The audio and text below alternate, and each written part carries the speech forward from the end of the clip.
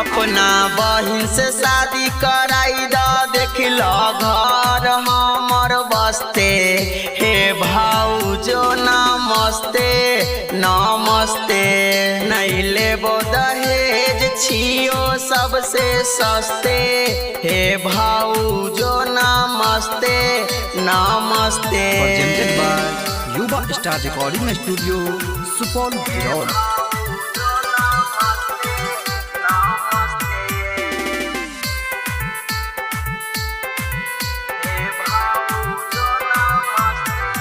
आहे कीन देबो सोनावा के हार आसी करी, रहतो महारानी बन के बहिन हर घड़ी।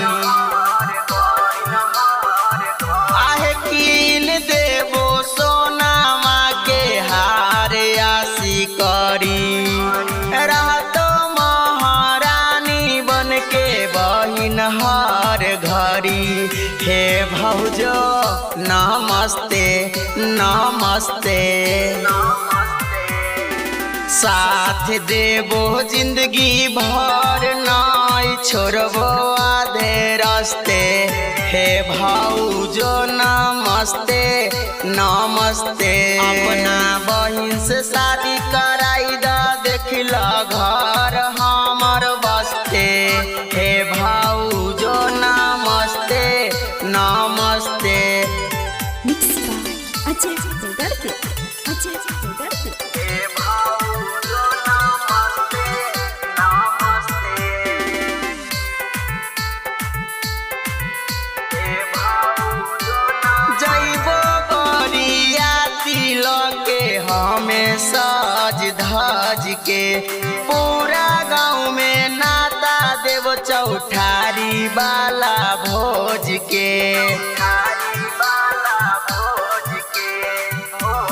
जइबो बरियाती लगे हमें सज धज के, पूरा गाँव में नाता देव चौठारी वाला भोज के।